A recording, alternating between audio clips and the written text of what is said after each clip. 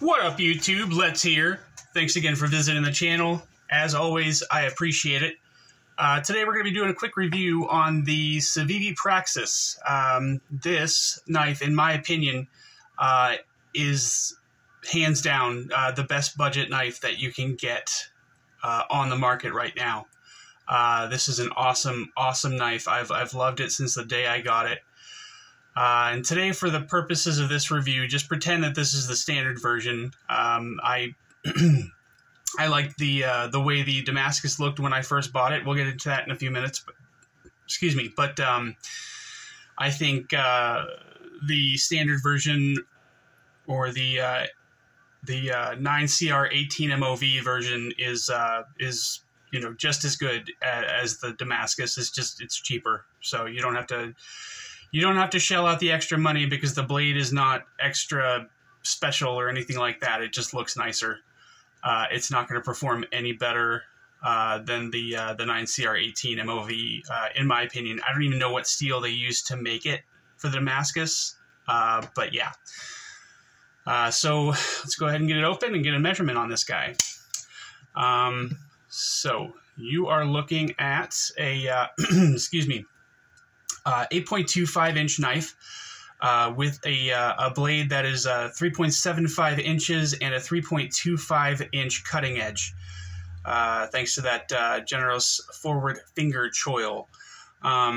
Size comparisons, compared to the Rat Model 1, the Rat's going to be just a little bit bigger than the Praxis. Excuse me. Actually, no, it's pretty much the same size. I thought it was a little bigger. I'm sorry. The Rat Model 2 obviously is going to be quite a bit shorter than the Praxis. The Demco knives, the 8020S is slightly larger, just by a hair. Nope, I'm wrong again. God, I suck at this.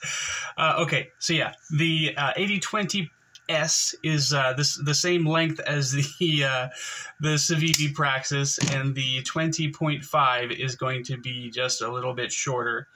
And last but not least, the Spyderco's. We'll check that first before I say anything, so I don't make myself sound like an idiot again. The Paramilitary 2 is slightly shorter than the Praxis, and the Para 3 is going to be quite a bit shorter than the Praxis. The carry profile for this guy, get these closed. Okay. So we are looking again the same length as the Paramilitary 2, and the Para 3 is a little bit shorter. The thickness on this guy, compared to the the Para 3, is going to be just a little bit thicker than the Para 3. And the blade height, or the height of the knife altogether, is going to be nowhere near as tall as the Para 3. Let's get a weight on this guy. See if we're zeroed out. Yes, good. I don't have the pocket clip on this one. You guys know how that works with me. 4.3 ounces. Okay, good. 4.3 ounces. Blade stock thickness. Make sure we're zeroed out. And we are looking at 117 thousandths, which, let me just double check that. I'm a little bit on the swedge there. Okay, good. 117 thousandths. So that's not too thin, not too thick, just right. The blade itself, as I said, under normal circumstances for the normal knife, is going to be 9CR18 MOV, which isn't the greatest blade steel in the world. I'm not sure if they started making this out of D2 yet, but when I looked on, I looked up some models a little while ago. On Blade HQ and Knife Center as well, and they both, the ones they were selling, were 9CR18 MOV. This is a drop point blade with, as I said, a generous forward finger choil. with almost a full flat grind. It's up to about, I'd say 90% the height of the blade. You've got a flat that carries out to about 40% the length of the blade, and you've got a swedge on the top here that comes all the way down to the tip. Other than that, there's really nothing else to say about the blade. I'm not sure how the billboarding is on the standard models. There's nothing written on the Damascus version, obviously. For hardware, you're looking at T8 for the pivot and T8 for the body screws. I can't remember exactly what the pocket clip screws were, but I think they were also T8. I think that's what Civivi's been doing for quite a while, is just T8 all the way around for most of their models. The scales here are G10, but this also comes in micarta. You can get it with shredded carbon fiber with either gold flakes or copper flakes. And you can also get this, I believe, in a black hand-rubbed copper scales. I don't think they come in brass. This has a stainless steel stamped clip on it when it does have one. And the clip works fine. There's nothing wrong with it. It's not the greatest clip in the world, but it works just fine.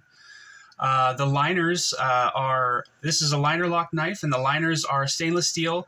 On this particular model, the liners are coated, but the regular models, I think they have those, it's either anodized or coated a gold color. I'm not sure exactly how they get that color on there, but there's a few models that Civivi makes that they, color their liners so they're nice and attractive, and they make the knife pop a little bit. On the backlash, the liners are blue, and on the Civivi, the liners are gold. I'm not sure if they color the liners on any other model that they have.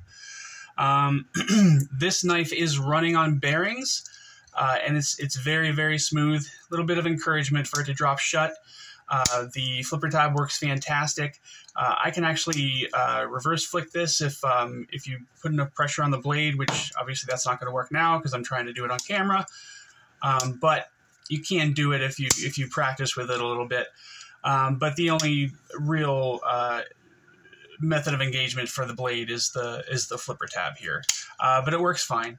The disengagement is great. There's a little bit of the show side G10 is milled down a little bit just so you give you access to that lock bar.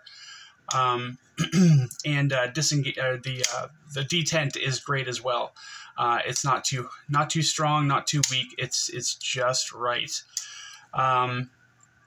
As far as lockout is concerned, no problems with this knife. There's no blade play at all, left, right, up, or down. And it works perfectly. It's a very reliable knife. It works exactly the way you want it to every single time. The ergos on this guy, you can see that there's pretty defined places that they want you to put your fingers. But as I said, with this finger choil, you can choke up on it quite a bit. And you can also, if you need to, choke back on it a little bit, but I don't know why you'd ever have to do that with this knife. There's a little bit of jimping up on the spine of the blade, which works well to keep you locked in. There's nowhere else on the knife where there's jimping. A lot of knives have jimping in the back here and stuff like that, but you're not going to find that on this knife. But just everything on this knife works absolutely perfectly. As far as price is concerned, this is definitely a budget knife. I believe $42.50 is the price. Unless you go to Civivi directly to get it, then it's $50. So I would not buy this directly on Civivi's site. I would go to any other site. Most sites out there have this knife available. I definitely saw it on Blade HQ, Knife Center. The only place I saw that it wasn't in stock was on River's Edge Cutlery. Every place else that I looked has this knife available. But definitely I wouldn't go to Civivi's site to buy it because it's going to be a little bit more expensive. Some people compare this guy to the Shaman, or the Shaman rather.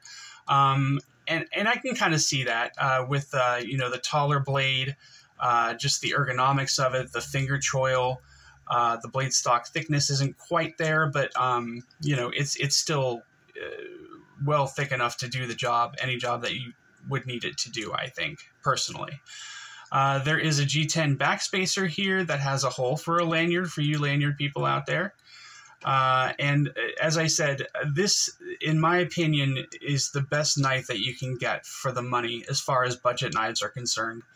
The way it feels in the hand, the dependability of it, the quality of the build, the materials, the price is just perfect. And, you know, anybody that is just getting into knives or doesn't really own any knives, I think this would treat them very, very, very well. And as long as you take care of it, it will last you forever. This is just a great, great knife. There's really nothing bad that I can think of to say about it. There's nothing that I can think of that would need to be improved on it at all. It's a great knife. If I ever had to recommend a knife to somebody, this would be one of the first ones that I would recommend to them for sure, without hesitation. So I think that's it for this particular review. If you guys enjoyed the video, please comment. Let me know if you have anything to say about it. I'd appreciate that. But again, if you enjoyed the video, please like and subscribe. I'd really, really appreciate it. And stay up, y'all. Take it easy. Bye.